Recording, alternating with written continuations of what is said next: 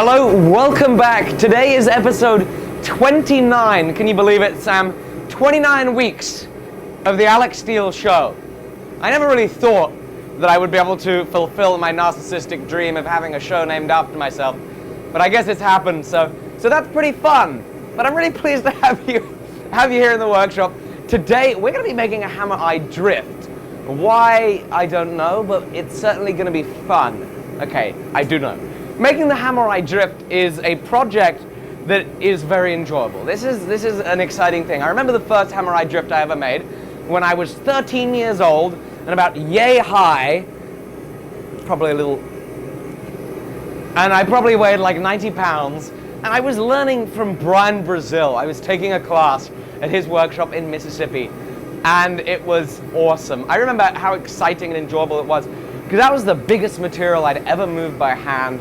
You know, working an inch and a quarter round bar or something like that, you know, this tall. There's a great photo that Lyle took of me, and there's also a video, it might be on this YouTube channel, of me swinging a 5-pound hammer at this big old chunk of metal to make a hammer eye drift.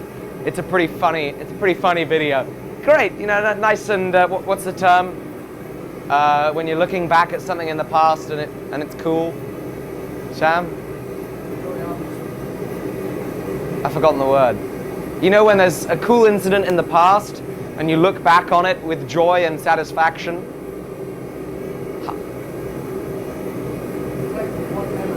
Sorry? What is the word for that? Somebody in the comments, let me know. I've forgotten the word. Okay, anyway, I'll talk while I try and find that word. Nostalgic. Nostalgic! There we go. Did somebody write that in the comments? What?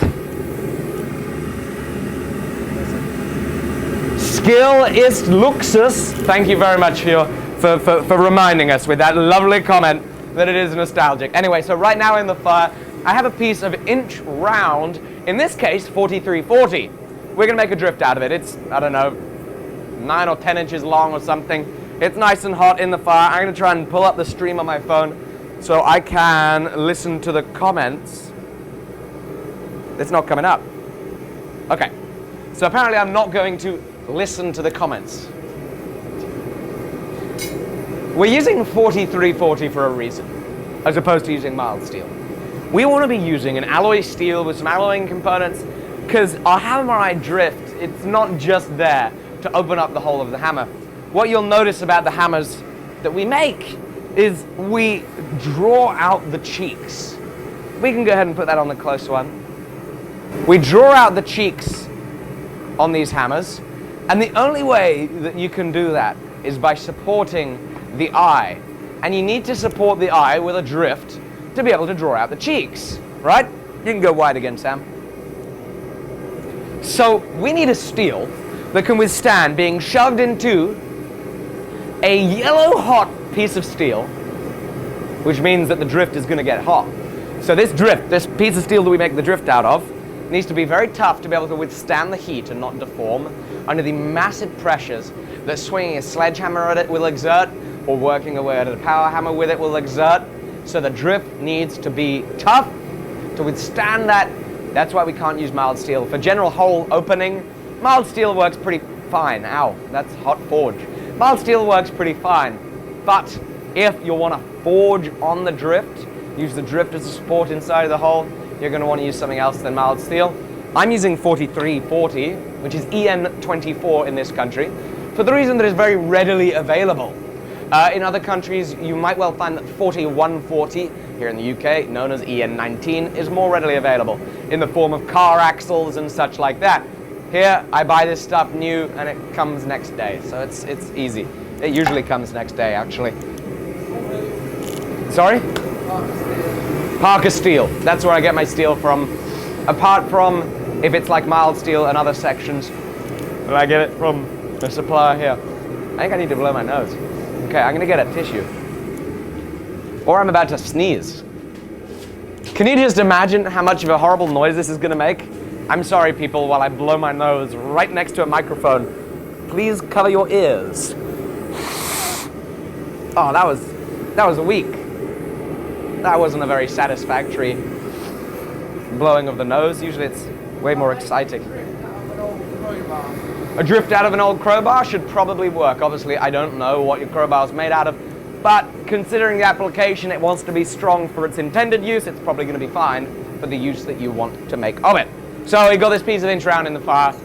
I'm going to taper it. Now, I'll keep teasing you. The hot steel is there. I promise there's some hot steel. You can't see the forge in today's video, but there is hot steel.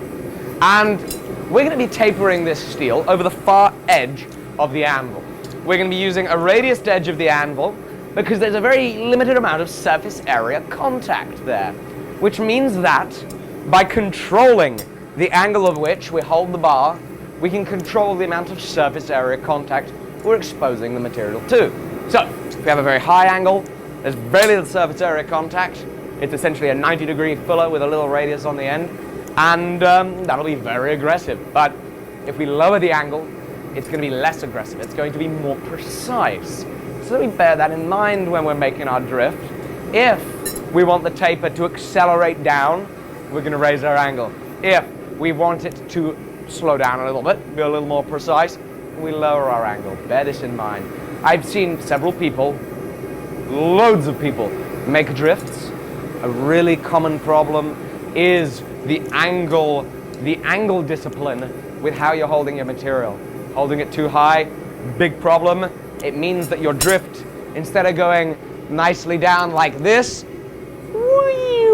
it'll do this, which you don't want, because we want a nice straight taper. The other problem is holding it too low, where instead of going like this, it'll do this.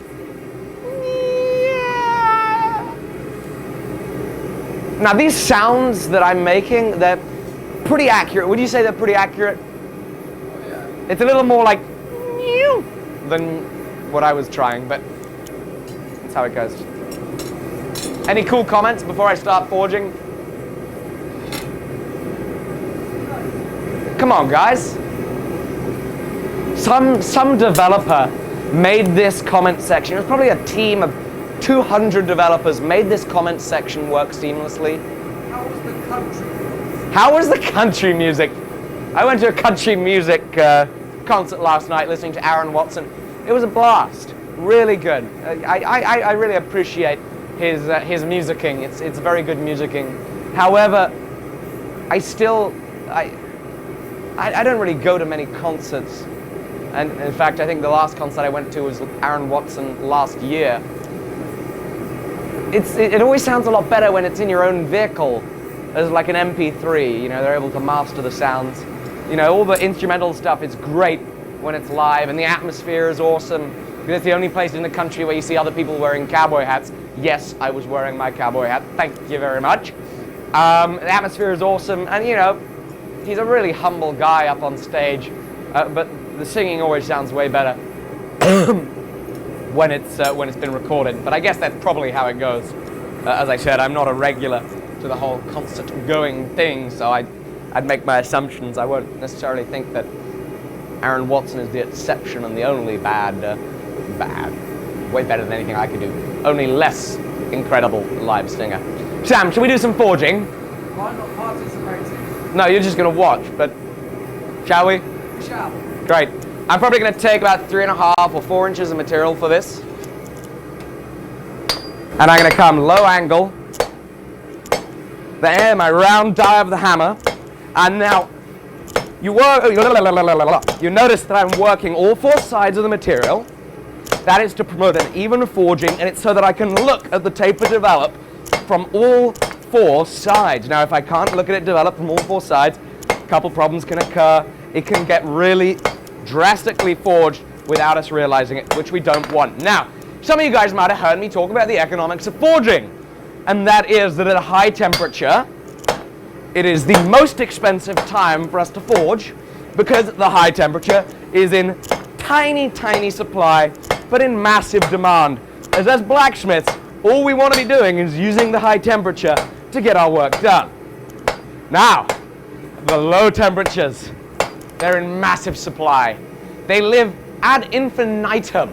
Low temperatures live ad infinitum. They're always there, so they're cheap. They're cheap as can be. So, bearing that in mind, we want to make sure that when we have a given heat, if we possibly can, we plan the work that we're doing and the way that we structure our heat so as to allow us to, at the high temperatures, where it is most efficient for us to be moving material, for us to move material, and at the low temperatures, there we go, it came on. Had you pressed the button? Was there, oh, okay, I thought there was a delay. You were looking at me like as if the thing wasn't working. No, I was looking at you thinking, I should have changed the camera angle. You should have changed the camera angle. I was looking at the screen like, come on, Sam, change it, change it, change it, change it. You got your feet up and everything. You guys should see him. He's just lounging around back there. Okay, so, sorry? Catch it.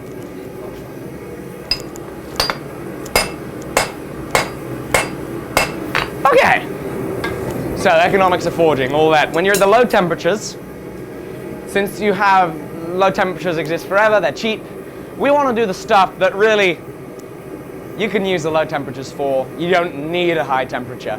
You know, you work that out to be as efficient as possible, which means that what I'm doing, what you saw me do, you saw me take 2 to 3 inches of material, break it down to what I needed it to be, to the finished angle. You saw me take it to an octagon. You saw me take it to a round. You saw me put it back in the fire. What you didn't see me do is try doing my roughing out for the entire duration of the heat. That's pointless. There's no point in roughing out the material for an entire duration of a heat. That material is getting cold. If all you need to do is rough it out, do some roughing out, put it back in the fire. Once it's a dull yellow, get it hot again. Do some more roughing out, put it back. But if you have the opportunity to plan your heat in such a way that you can do a little bit of roughing out and then a little bit of cleaning in the low temperatures where the cleaning up and the planishing and the polishing is most effective, really, because it's more accurate when you're at a low temperature, then that's much the better. That's much the better.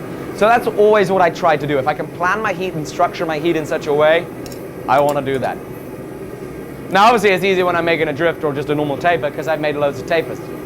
When it gets into other things, I always need to consciously kind of try and think to myself, hang on a second, how could I plan this heat to be more efficient? Now you may be asking yourself, well, Alec, I'm just a hobbyist blacksmith, why would I want to be more efficient? Well, it would be because I would assume that if you're a hobbyist blacksmith, you do blacksmithing because you gain joy from this craft. What better way to gain joy from this craft than doing things faster, making more things, doing things cleaner, having more fun, and making a drift a little faster, not having to worry about, oh crap, I got to taper something out, this thing, you know, it's inch round, I've got to put a taper on it, this is going to take forever. It doesn't have to take forever. Plan the heats the right way, use the temperatures the right way, use your dyes, use your surfaces. It can be perfectly fine. Perfectly fine. What's new, Sam? What are the comments coming through? What type of hydraulic press do you have? What type of hydraulic press do I have? I actually don't know. I bought it and it was labeled as a Norton 25-ton hydraulic press, but there are no nameplates on it. Well, there's one nameplate that's faded and just about says Norton. I don't know if it is 25 ton. I know that it's physically impossible for it to be 25 ton and move with the speed it does with the motor that powers it. So I don't know the full details about it. I think they might be called a hair press, H-A-R-E, if you put that in Google. Something that's a similar shape and style kind of comes up. I have no clue of its history. I hadn't seen it running before I bought it. Okay, so I'm going to come back in here. Roughing it again over the far edge. Now, as we get into the larger material, we might not be able to get it down to a finished dimension in one pass. So if you go wide again, you'll see that I'm holding a very high angle in my bar. And what I'm doing right now is I'm taking a roughing pass. And I'm doing this at a high angle, knowing that I'm not going to get down to the dimension that I want with each blow, so I'm not concerned about holding the high angle. Now, I'm not going to take it all the way down because I want to finish up this material right here. So I'm going to come back through at a low angle. That roughing pass got it close, and you can go close again. We're going to blend it all back in. Now I'm going to take it to an octagon.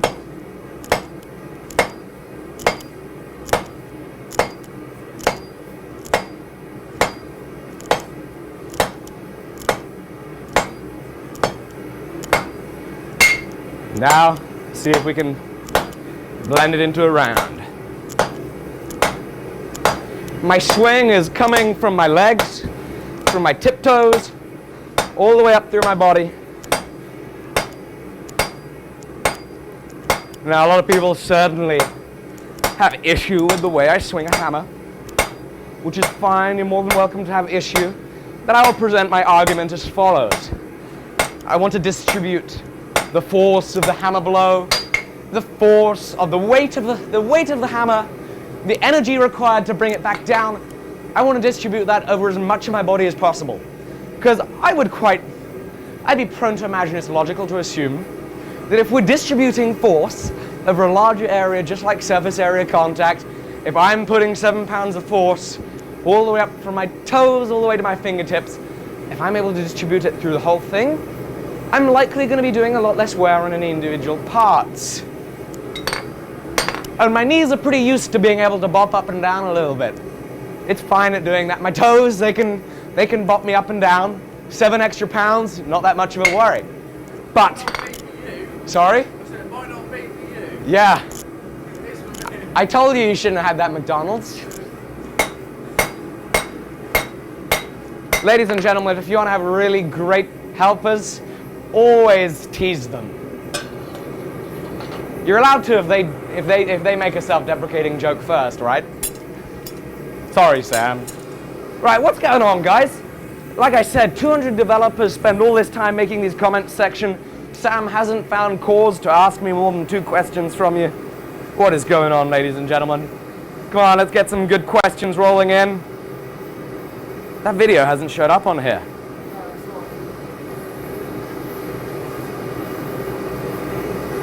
What an odd thing. Okay, let's see if I can pull it up. Oh, no, that's not it. Found it. Why do you use such a heavy hammer and choke it? Surely it's more efficient to use a lighter one and bring your hand down the lower and get a long stroke. Okay, so somebody has just asked me, why is it? That's a fantastic question. It's also a question. It's also a question that I don't have an exact answer to. I'm going to struggle to be able to provide you with the data required to prove to you that it's easier to use a heavy hammer swung less times to get the work done, held closer to the head. I should repeat the question. Did I already repeat the question? I didn't. You could hear what you were saying. It was loud enough? Okay, I'm going to quickly do it. Somebody asked why it is that I use a heavy hammer and choke up on the head as opposed to using a lighter hammer. Not that this is considered a lighter hammer in the blacksmithing community, but a lighter hammer held further back away. So, like I said, I don't have objective evidence and the data to prove that it's easier to use a heavy hammer and hold it closer to the head to get your work done. Maybe one day I'll be able to gather this evidence. I don't know. For now, all I can say is the evidence that I have from my own 2 eyes, you know, just that one little empirical data point that is what I see. What I see is that, okay, swinging a hammer held close near the head, you're not losing much more speed with the head velocity than you are with a light hammer held far away. Head velocity isn't changing all that much, despite the extra leverage and the longer arc for the centrifugal force to accelerate the hammer through. So the speed, in my guess, one day I'll set these up on high speed with a ruler behind it. That'd be a great video to do, actually. I'm going to do that with a ruler behind it and do tests, see how a different swing affects the speed. But people often cite the calculation that energy is mass times velocity squared, saying that, okay, the faster you move the hammer, the more energy you get. I don't think that's entirely relevant to moving steel. I don't think that's the whole story. I think what is also important when you're moving steel, and this is a rank theory of mine, just rocking around in my head, zero evidence to support this, apart from what I've seen with my own 2 eyes and guessed and felt over the years of doing a little bit of blacksmithing. There's zero scientific data backing this, bear that in mind. But I feel But what is also important is the inertia of the object that you're throwing at the steel. No, Sam, I'm talking. Stop interrupting me. Interrupt me when it's not me trying to structure a thought for the first time and verbalize it. I want to be a science professor. Okay, my steel's gonna burn. Okay, so my theory is that you need to factor in the inertia of the weight that you're throwing at the material. Because we have energy coming back up, if, obviously I'm no scientist, it's kind of stupid for me to even put this out there publicly, but my guess is if I take a light hammer and I hit it a piece of steel, I put impact in from the top, energy comes down, hits the anvil, comes back up, and throws the hammer back in the air. My thinking is that if you have a heavier hammer, you hit, energy goes through the material, hits the anvil, comes back up, tries to lift the hammer off, and a little bit more energy comes down and squeezes it a little bit more because it's a little tougher to bounce the hammer off the anvil because it's a little heavier and there's more inertia following through with the blow as opposed to a light object traveling faster. Then again, I don't know. The only thing I can say is I'm pretty sure that the difference in speed between a heavy hammer held close and a light hammer held far is negligible, but I will be able to test that. I have the equipment to test that, the speed thing. I have cameras that'll be able to do, set frame rates in slow motion that I can go frame by frame, calculate the velocity of hammers swung in different ways, so I'm going to do that in the future. Hold me to that, ladies and gentlemen. I'm going to do a little forging, then I will listen to what you had to say, Sam. Sorry about that. I'm not interested. You're not interested? You're having a strop? Yeah. Great. Now, because we're close to dimension down here, I'm actually using the flat die of the hammer half on, half off the far edge of the anvil. Okay, bring it down to the tip. I want to blend it. That angle is slightly different. And now, I'm going to go to the diagonal. How many heats has this been, Sam? 3. There we go.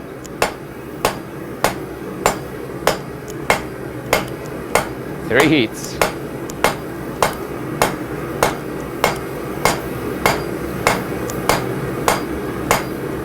You can give it a little bit of a wire brush. This is a Farrier's block brush here. People are always asking me where to get them from. Just go Google Farrier Supply and then insert your locale or your country. And there'll be a company that'll sell them. Farriers use these brushes. So now I am switching to a lighter hammer. Why, you ask? Well, because it's easier. It is easier to swing a lighter hammer lighter. I'm not going to discount that, otherwise I would be swinging a 20-pound hand hammer. I would not be swinging a 20-pound hand hammer.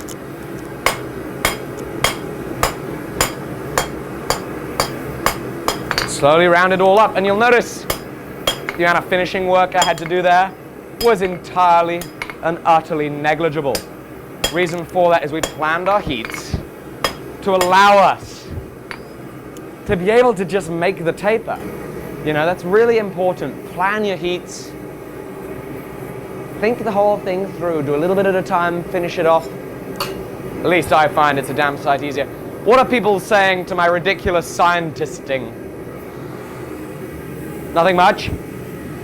There ought to be a math nerd in here somewhere.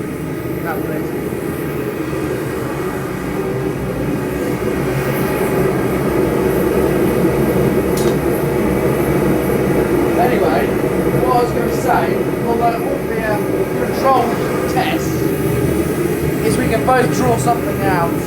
Yeah. I swing a hammer like I swing a hammer, and you can swing a hammer like you swing a hammer. But it's not consistent enough. It's not, because every single blow would need to be identical for it to matter. So I don't think having you swing, you and me both to a taper will really illustrate it much. Now, Joey Vandersteeg has a fantastic YouTube channel. Great friend of mine. He's done a few experiments with light hammer versus heavy hammer. They're probably worth having a look at. And I think that one of the tiring things about swinging a hammer is bringing the hammer down. When people have those straps on their forearm, my thinking is that isn't from lifting the hammer, That's from trying to accelerate it down. It's my thinking. So my thinking, guys, come on now. This is not objective data and science. This is guessing. My thinking is that the way you get tired is by accelerating the hammer. And if you have a light hammer, you've got to do a lot of accelerating to get it moving fast enough to move the material. So by taking a heavy hammer, letting the weight do the work, maybe that's easier. I certainly know it's easier for me and the style of working that I like and appreciate. No more interesting comments? Golly. I'm gonna, if you guys don't get... Sorry? The most important thing is that it feels right to you as the smith and what works best for you. The most important thing is that it feels right to you as a smith, and it's what works best for you. Ah, what a wonderfully politically correct way, relativistic way. Oh, it's not necessarily that relativistic. We do all have different bodies. Our bodies do function differently. Some people, they have a faster, would the term be muscle twitch, Sam? A faster muscle twitch? I know you don't have either. It's not a wobble. Muscle wobble. But I think that some people have like a faster muscle twitch or something, which might mean that like the accelerating of a hammer is easier for them. I was never a sprinter. I'm not like a fast movement kind of person. I'm more of like a slow movement kind of person, and so it might be that just suits the way that my body best functions.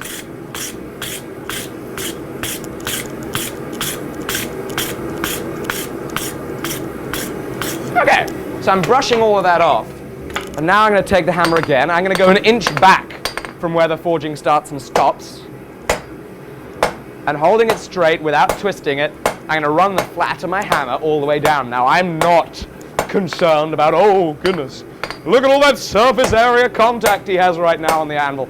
I'm not concerned about that. Here's the thing.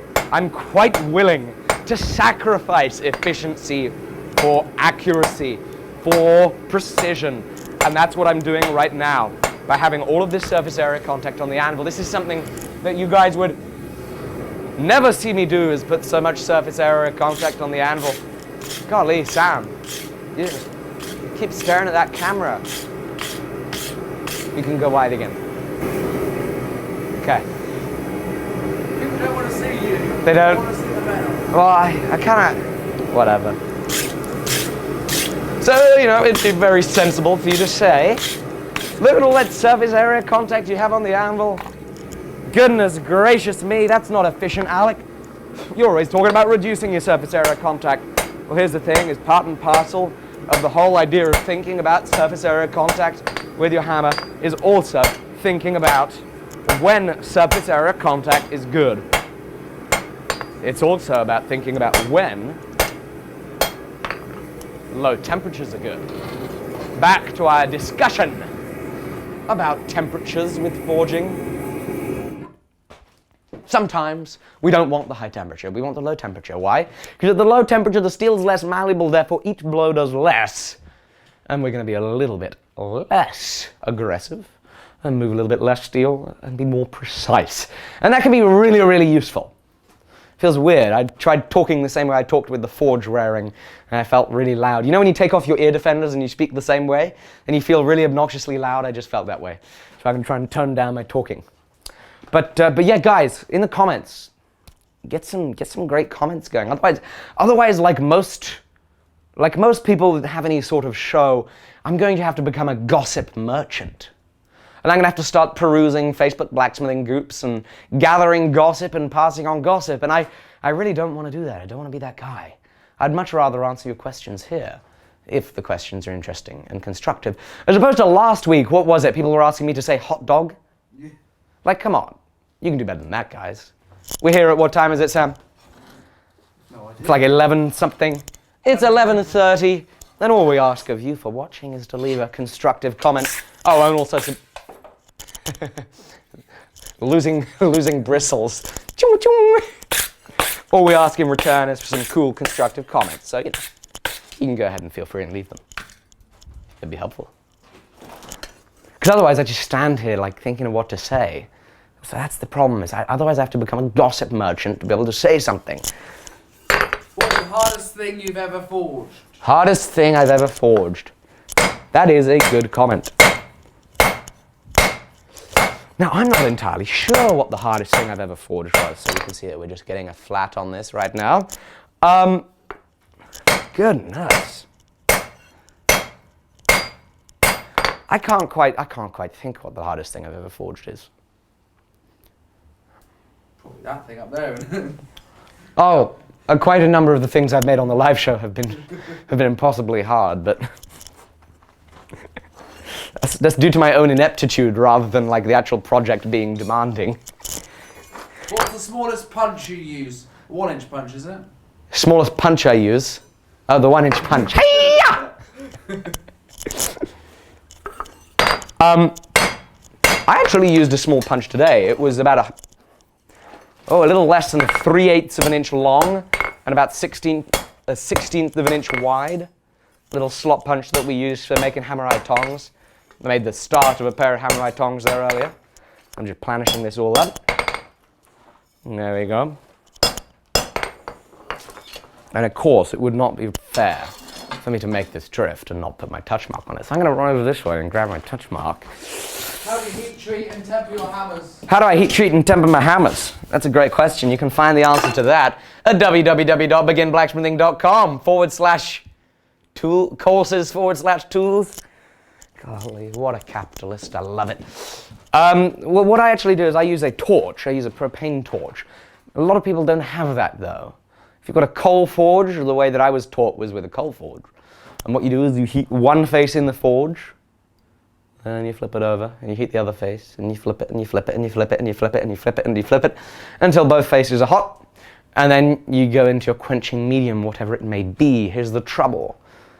Giving advice on heat treating is very much dependent on the material that you're using.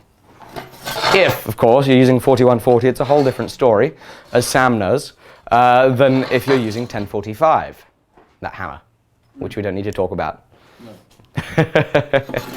And if you're using 1045, that's a whole different story, to if you're using whatever else it may be. So, with a gas torch, you can just heat the whole thing and quench it in your quenching medium. There are numerous ways of doing it. You can flame harden it the way I do. I heat each individual face. And then you just got to follow the tempering requirements of your material. Does your material require tempering? How long does it require tempering for? Etc., etc. All of these things, all these little factoids are available online. And so my best recommendation would be to Google it all up. And of course, a great way to do your temper, which everybody probably has an oven, though you might use a microwave more than said oven. An oven is a great way to temper. It'll often get just about perfect temperature to be able to do a temper cycle. How do you protect your ears in the shop? What? Exactly. You get it? Yeah, he got it. How do I protect my ears in the shop? Well, 3M kindly gave me some great hearing defenders a little while back that I really enjoy. They're actually very nice. Really good set of hearing defenders. What I do, the way that I work, is I have my Bluetooth earbuds. I have little Bluetooth earbuds connected up to my phone where I listen to podcasts and audiobooks and stuff like that. And, which is great, because it means that your phone can be on charge, you can be anywhere in the workshop, and you can be soaking in information, which is a wonderful thing. Don't you love information? It's great. And I put those on, and then I put my earmuffs over the top. It can be a little uncomfortable to have earbuds and earmuffs, but it means that I can listen to this, and I don't hear at all like the noise of a power hammer or a forge, which can actually be problematic, because you do sometimes need your hearing to be able to listen if there's a problem with a tool. Bear that in mind. It's also problematic when the postman comes. And you turn around and there's a postman right there. And that's when I make a fool of myself. Quite often, I get terrified and jump about 3 meters vertically and about 10 meters horizontally when the postman surprises me. But that's beside the point. what's really the point of the matter is that right here, if you go into the close view, we have a finished hammer-eye drift. Ta-da! That is a bad angle. Let me fix this. I think the best suggestion is something to make. Will you ever make a wheelbarrow? Will I ever make a wheelbarrow? Now, I tell you that there would get you the YouTube views. That would get you YouTube views in the millions. What would be amazing is if it actually did. A wheelbarrow would be an interesting project, certainly. But I don't intend to make one. I mean, it could be interesting to forge all the components. But it's not like I have a yearning desire to do it. So I'm probably going to stick with making some fun stuff out of Damascus. And I do apologize, ladies and gentlemen, for what is going to be a severe lacking in major, great quality, awesome projects in the month of February. I do sincerely apologize. The reason for this is I booked myself very tightly in February. So I have quite a number of classes and such, which means that I'm taking the time to make a great video. It's going to be a little more difficult. I'm going to try my best, but there are going to be classes videos, which isn't the end of the world. Lots of hot steel, lots of hammering, lots of sledges. It's kind of fun too. I also want to say, if you ordered a striking anvil, I need to apologize because hopefully they would have been dispatched by now, but they've not been dispatched. What was it, a couple of weeks ago I placed that steel order. Around the time that kind of those second run of striking anvils were going, I placed the steel order for all the steel blocks, and there are no steel blocks in this workshop. Haven't shown up. I apologize for that massively. If you're watching this and you bought a striking anvil and you're like, damn it, Alec, I needed that striking anvil right now, send me an email. It's all right. If you don't want the striking anvil anymore, I'll refund you the money, no problem. That's just applies for everything. You know, if you order something and you're like, no, I don't need it anymore, you know, just give me a heads up. I'll see what I can do. Hey, if I can't do it, I can't do it. But most of the time, I'll be able to send you your money back without a problem, especially with a delay like this. If you're not happy, shoot me an email, give you a refund, no problem. Apart from that, it's been super exciting. Lots of burners were sold, and I really appreciate that. We're doing a burner pre-order right now for the fabulous burner that I use. I really enjoy it, and you can get the component kit to make your own. My website, which link is below. Did you guys all get your t-shirts in time? Leave a comment if you didn't get a t-shirt in time, because the t-shirts have ended, but I just want to check that there are no people, kind of stragglers, left behind, since it is the weekend and we haven't got the order in until Monday. We have a couple of days where, hey, if you're a straggler and you still want a t-shirt, let us know before we place the order, because of course we do it in a batch. It makes it a lot easier. And thank you very much, Sam, for taking care of all of that. Give him a round of applause for doing all of the t-shirt work. He's going to be hand painting. He's not going to be hand painting them, no. But he's going to be doing the shipping and logistics of all of that, which is slick. Any fun comments? Damascus gun barrel would be an awesome project. Yes, it really would do. Matt Benke asks me about that. Now, I really want to do a Damascus gun barrel at some point, but of course there are a number of laws that I have to abide by in this country, and I'm not entirely sure exactly what's involved. So it's not going to happen until I can find a way to get the necessary licenses to be able to do it properly. But one day in the future, be that 2 years from now, 5 years from now, 10 years from now, 15 years from now, I'd love to attempt that project. I think that'd be a huge amount of fun. Really exciting. Maybe, a mosaic Damascus gun barrel. What a great thing. Damascus farrier's knife. I bet Sam would like that. No more? Nobody wants t-shirts? That's all right. That's all right. To those that got t-shirts, I appreciate that. A lot of you guys are asking if you can get just the main part of the burner, the inspirator of the burner. No, you can't. Well, I mean, you probably can from Gamaco in Australia, but it's going to be expensive. You're going to end up being better off just buying the whole kit, because their shipping options from Australia to the rest of the world are quite expensive, and the burner inspirator is not that cheap when you're not buying a lot of them. Bear that in mind. Anything else to say, Sam? Anything else to report? Any more questions? We doing the 50k? 50k hammer? I think we might do if I can find the time. It's a time thing. So what Sam's referring to is last live show, I said that at 50,000 subscribers, we'd do a giveaway of a Damascus hammer. I want to do it. I really, really do. And I really want to get to 50K too, so, make sure you share all the great vlogs that you enjoy. But if I've got the time to make the thing before we reach 50K, we'll do a 50K Damascus hammer giveaway, and it'll be awesome. So I'm really looking forward to that. Apart from that, any more comments before I head off? Do you know if the burners can be used horizontally? Can the burners be used horizontally? There shouldn't be a problem with that. In like a foundry setup. The burners should be absolutely fine horizontally. I don't know if they'd work in a foundry setup. I've never used it in a foundry setup. All I know is that propane is meant to be hot enough to melt steel, but most people probably aren't trying to melt steel. But yeah, I mean, provided you insulate the thing right, it should be fine in a foundry. And if it doesn't work horizontally, just let me know, send it back, I'll give you your money back. Same thing applies, if you buy one of these things and you get the parts and you're like, hey, I don't want to make this, I don't want to take on that responsibility. Give me an email, send it back, I'll give you your money back, no problem. It's fun stuff, but it's dangerous stuff. If you can't accept that risk, shoot me an email, send it back, no problem. But apart from that, the burners are available on the website. And they're kind of awesome. Sam, what do you think they are? Awesome. They're awesome. He doesn't even think they're kind of awesome. But I love them. I've really enjoyed using them. T-shirts were awesome. I really appreciate everybody that bought a t-shirt. That was a huge deal of fun. Right now, it is 11:40 in the evening, and I want to say thank you so much for watching this video. It's always a pleasure. Always a massive pleasure, and I look forward to seeing you probably tomorrow. I don't know what the video is going to be tomorrow. I'll find something to make a video about tomorrow.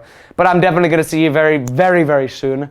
And next week is episode 30 of the live show. What an exciting thing that's going to be. Be sure to leave your suggestions as to what you want us to make on the live show next week. I look forward to seeing you in the vlogs throughout this week. Sam, thank you for all your help. Welcome. We'll see you all very, very soon. Thanks again. Bye-bye.